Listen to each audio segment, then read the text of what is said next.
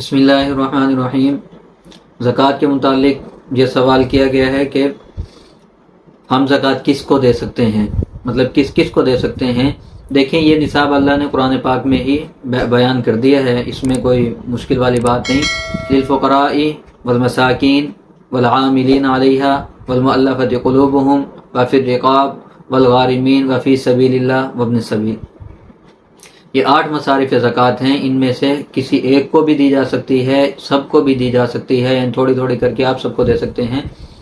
ان 8 میں سب سے پہلے فقراء ہیں، مساکین ہیں۔ ایک ہوتا ہے غریب، جو ہمارے عرف میں غریب ہے، وہ شریعت کی نظر میں غریب نہیں ہوتا کہ جس کے پاس سال بھر کے دانے رکھے ہوئے ہیں وہ اپنے آپ کو غریب سمجھتا ہے، جس کے پاس 1 تولہ 2 تولہ 3 تولے سونے ہیں وہ اپنے آپ کو غریب سمجھتا ہے۔ ایسے لوگ غریب نہیں ہوتے۔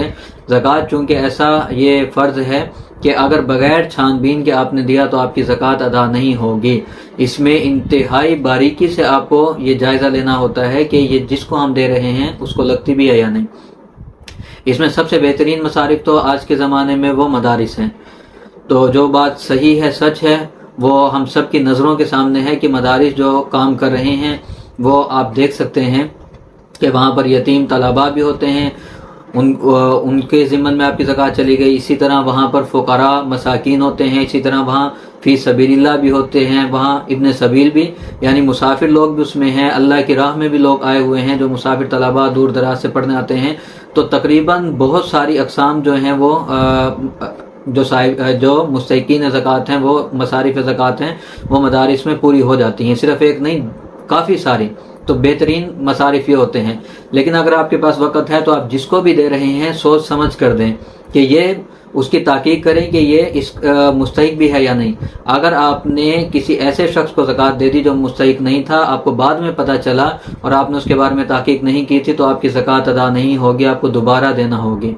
لیکن اگر آپ نے تحقیق کی تھی اور آپ کی تحقیق کے مطابق آپ کو پتہ چلا کہ یہ مستحق ہے، آپ نے اس کو زکوٰۃ دے دی، بعد میں پتہ چلا کہ نہیں جی یہ تو مستحق نہیں تھا، تو اب آپ کی زکوٰۃ ادا ہو جائے گی، چونکہ آپ مکلف ہیں اپنی تحقیق کے اور اپنی بساط کے مطابق جو آپ نے پتہ چلایا۔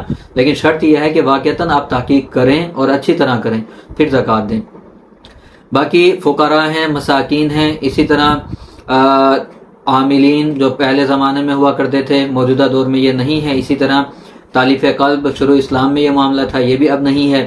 اسی طرح ابن سبیل مسافر ہے کوئی، اگرچہ وہ کتنا ہی امیر کیوں نہ ہو، لیکن جب وہ سفر میں ہے، لوگوں کے کسی کا پرس گم ہو گیا، بٹوا گم ہو گیا، یا اس کے پاس کارڈز تھے وہ گم ہو گئے، تو اب یہ اگرچہ پیچھے سے کتنا ہی امیر کیوں نہ ہو، لیکن موجودہ وقت میں اگر آپ کو کوئی ایسا مسافر ملتا ہے جو واقعتاً اسی موجودہ وقت میں وہ اس کے پاس کچھ بھی نہیں، وہ غریب مسکین فقیر بنا ہوا ہے، کسی بھی ذریعے سے وہ پیچھے سے پیسے نہیں منگوا سکتا، تو پھر آپ اس کی زکوٰۃ سے مدد کر سکتے ہیں۔ پہلے زمانے میں چونکہ ایسا ہوتا تھا کہ دور دراز کے سفر ہوتے تھے، مسافر راستے میں ہے، اس کی سواری ہلاک ہو گئی یا کسی بھی وجہ سے، تو پھر ان کا ذکر کیا گیا کہ ان کو بھی زکوٰۃ دی جا سکتی ہے، اگرچہ وہ پیچھے سے مالدار کیوں نہ ہو، لیکن موجودہ وقت میں ان کے پاس کچھ نہیں ہوتا، تو اسی وجہ سے ان کو زکوٰۃ دی جا سکتی ہے۔ اسی طرح فی سبیل اللہ جو اللہ کی راہ میں ہیں، مجاہدین ہیں یا تبلیغ کرنے والے ہیں یا دین کی تعلیم حاصل کرنے کے لیے لوگ نکلے ہوئے ہیں، ان کو زکوٰۃ دی جا سکتی ہے۔ اسی طرح وفی الرقاب غلام آزاد کرانے کے لیے، یہ بھی موجودہ دور میں نہیں، اسی لیے یہ مسئلہ ابھی نہیں ہے۔ غارمین ایسے لوگ جو قرض میں ڈوبے ہوئے ہوں، اس کا قرض ادا کروا دیں، اس کو پیسے دیں تاکہ وہ اپنا قرض اتار سکے، تو اس طرح یہ زکوٰۃ ادا ہو جائے گی اور یہ بھی مصارف زکوٰۃ میں شمار ہوگا۔ باقی رہی یہ بات کہ کس کو دیں، یعنی اپنے قریبی لوگوں میں سے بہن بھائی کو زکوٰۃ دی جا سکتی ہے، اس میں کوئی حرج نہیں ہے، کوئی اشکال نہیں ہے۔ اکثر و بیشتر لوگ یہی سوال کرتے ہیں میری بہن غریب ہے، یا بہن کہتی ہے میرا بھائی غریب ہے، میں دوں یا نہ دوں۔ بہن بھائی ایک دوسرے کو آرام سے زکوٰۃ دے سکتے ہیں اگر وہ مستحق زکوٰۃ ہیں، بلکہ بہن کا بھائی کو یا بھائی کا بہن کو زکوٰۃ دینا یہ افضل ہے۔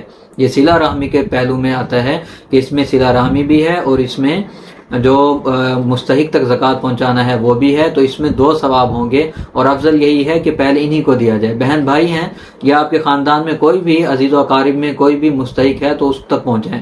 پھر اس میں ایک مسئلہ یہ ہوتا ہے کہ جی ہم بتائیں گے تو اس کو شرمندگی ہوگی، بتانا ضروری نہیں ہوتا۔